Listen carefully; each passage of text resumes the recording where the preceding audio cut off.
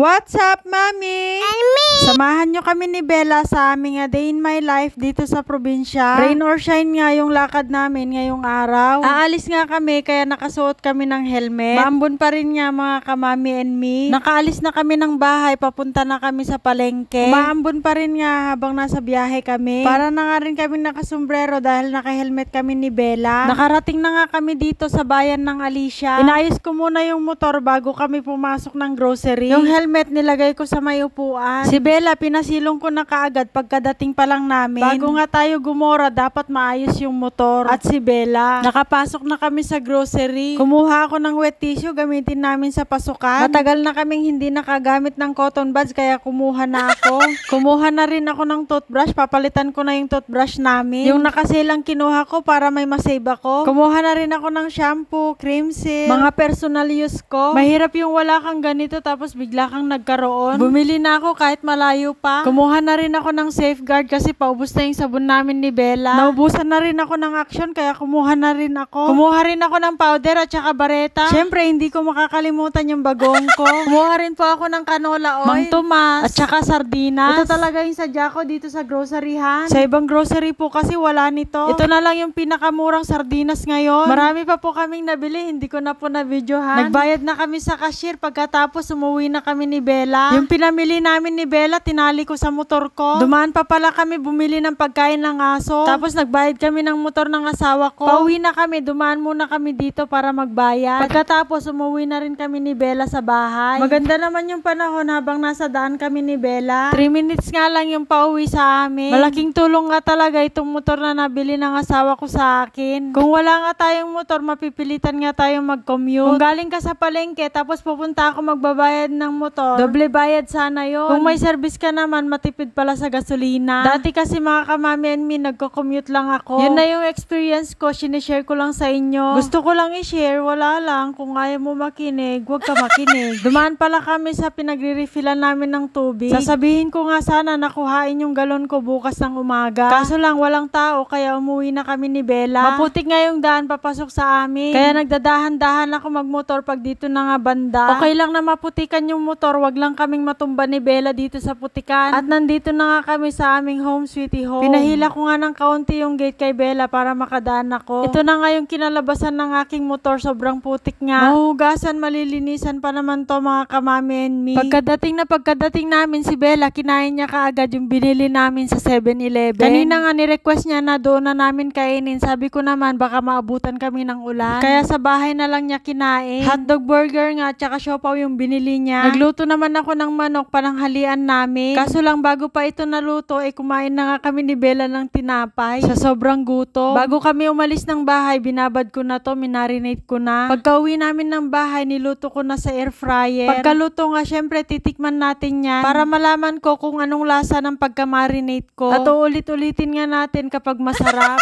Tamang-tama nga yung alat mga kamami and me. Hindi siya malansa. Binabad ko lang naman ito sa oyster sauce, toyo, konting asukal, paminta, tapos kumurot ka lang ng asin, magic sarap. Wala kasi kaming kalamansi kaya hindi ko siya nilagyan ng kalamansi. Kung ano lang yung meron, yun na yung nilagay ko mga kamami and me. Nilagay ko rin dyan yung leftover naming pinya. Tapos nilagay ko na sa ref at namalengke muna kami ni Bella. Hindi na kami kumain ng kanin kasi busog na nga kami ni Bella sa kinain naming tinapay. Bye-bye!